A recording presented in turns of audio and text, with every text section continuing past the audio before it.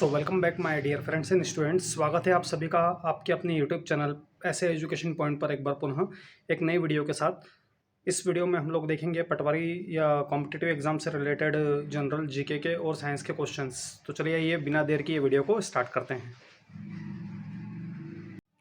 Video में कुछ प्रश्न जो हैं इसके हिंदी के भी जोड़े गए हैं। पहला प्रश्न है, संयोग शब्द में उपसर्ग बताइए। तो संयोग शब्द में जो उपसर्ग है वो है सम। दूसरा प्रश्न, उदार का विलोम। उदार का विलोम क्या होता है? कृपण। तीसरा प्रश्न, प्रत्येक शब्द में उपसर्ग क्या है? तो प्रत्येक शब्द में जो उपसर्ग है वो है प्रति। अब इसमें सही वर्तनी वाला शब्द छांटना है। तो सही वर्तनी मतलब जिसमें मात्रा बिल्कुल सही लिखी हुई है। तो ये उत्कृष्ट जो पहले ये है ना, उत्कृष्ट होता है, यही शब्द सही है, क्योंकि उत्कृष्ट उत्कृष्ट या उत्कृष्ट ये नहीं होता। निम्नलिखित में से कौन सा स्वर कंठ तालव्य है? तो कंठ तालव्य मतलब कि जिसमें कंठ खुलता है, ए जिसे हम बोल रहे हैं, तो ए है ना। फिर अगला प्रश्न है, जिन स्वरों के उच्चारण में हवा नाक से भी निकलती है उसे हम क्या कहते हैं? अनुनासिक स्वर कहते हैं। ठीक है, अनुनासिक स्वर।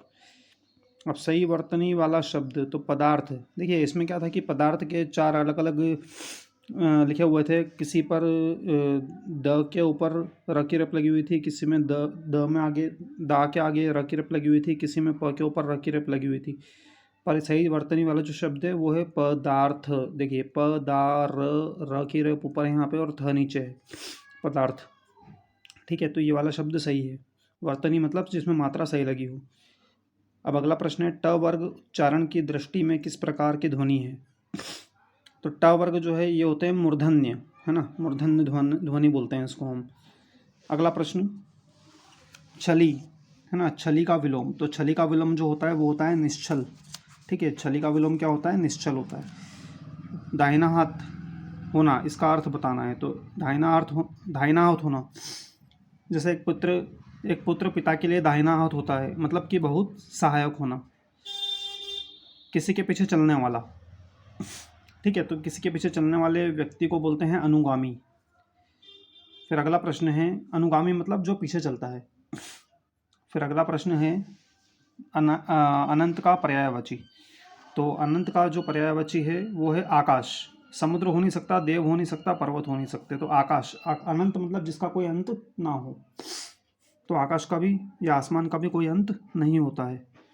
अगला प्रश्न देखते हैं, धार्मिक में प्रत्यय है। तो धार्मिक में आखिरी में धार्मिक, तो इक आ रहा है, प्रत्यय है ना इसमें। अगला प्रश्न, निम्नलिखित में से कौन सा समुद्र का पर्यायवाची नहीं है? तो अम्बुद, समुद्र को अम्बुद नहीं बोलते हैं ना, अम्बुद ये शब्द आप ध्यान रखिएगा। अगला प्रश्न, गोद लिए पुत्र के लिए जो एक शब्द है, आवश्यक शब्द, उसको बोलते हैं दत्तक, है ना। दत्तक पुत्र को ही गोद लिया पुत्र बोलते हैं।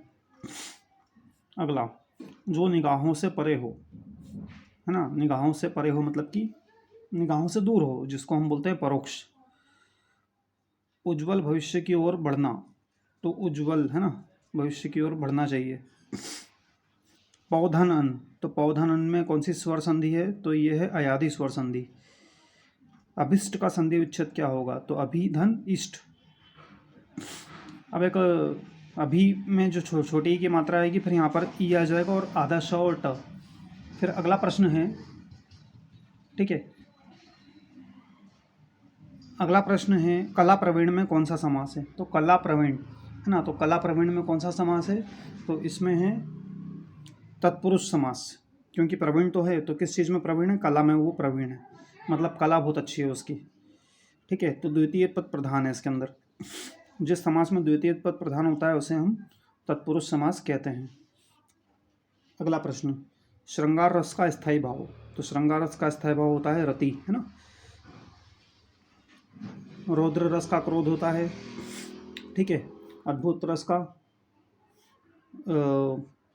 मतलब रौद्र रस का क्रोध होता है, फिर वीर रस का उत्साह होता है। इस तरीके से अलग अलग समासों के अलग अलग स्थायी भाव होते हैं।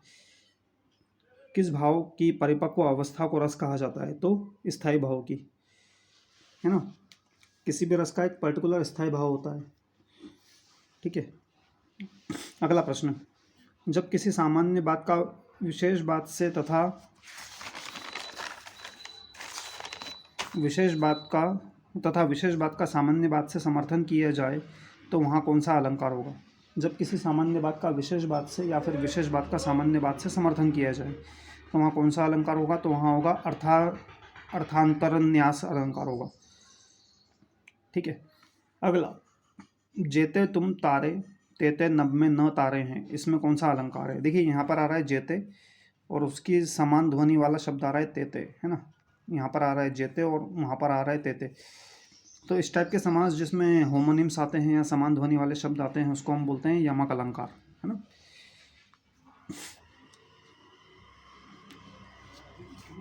एक होता है कनक कनकता सौगुनी मादकता अधिकाय, यही पाए बोराए जब वही पाए बोराए। तो वो होता है, देखिए इसमें यमक कनक कनकता सौगुनी, तो दो अलग अलग तरीके के कनक हैं पर दोनों का अर्थ अलग अलग हो रहा है।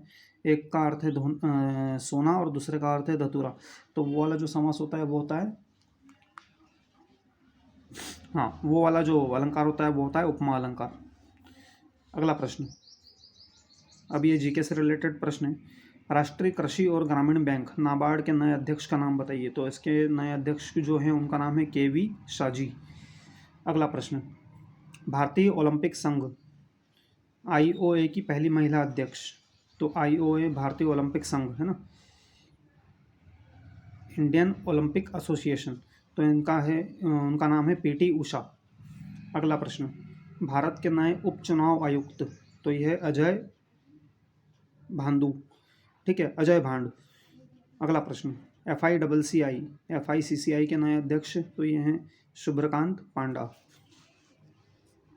अगला प्रश्न, पश्चिम बंगाल का 22वां राज्यपाल किसे नियुक्त किया गया है? तो पश्चिम बंगाल का जो 22वां राज्यपाल है वो है सीवी आनंद बोस। अगला प्रश्न, भारत के सर्वोच्च न्यायालय के 50वें मुख्य न्यायाधीश कौन होंगे? भारत के सर्वोच्च न्यायालय के 50वें मुख्य न्यायाधीश कौन होंगे? तो वो होंगे डी वाई चंद्रचूड़। अगला प्रश्न, जब भारतीय रुपये का अवमूल्यन होता है तो भारतीय निर्यात पर क्या प्रभाव पड़ता है? भारतीय रुपये का जब अवमूल्यन होता है तो वो निर्यात क्या हो जाता है? सस्ता हो जाता है। ठीक है, निर्यात मतलब अपने देश से कोई चीज़ बाहर जा रही है। अगला, आधुनिक परमाणु सिद्धांत के जनक। मोस्ट इंपॉर्टेंट प्रश्न है, हर एग्जाम में पूछा जाता है ये। तो इसका सही आंसर है जॉन डाल्टन। ज़्यादातर एग्जामों में, ज़्यादातर परीक्षाओं में इस प्रश्न को पूछा जाता है। तो इसका सही उत्तर है जॉन डाल्टन। दाब मापने की एसआई यूनिट, दाब मापने की एसआई इकाई, है ना। तो इसका प्रश्न का सही उत्तर है पास्कल। दाब को पास्कल में मापा जाता है। अगला प्रश्न, विटामिन B12 में आमतौर पर क्या मौजूद नहीं होता है? तो वनस्पति आधारित खाद्य पदार्थ मौजूद नहीं होते हैं।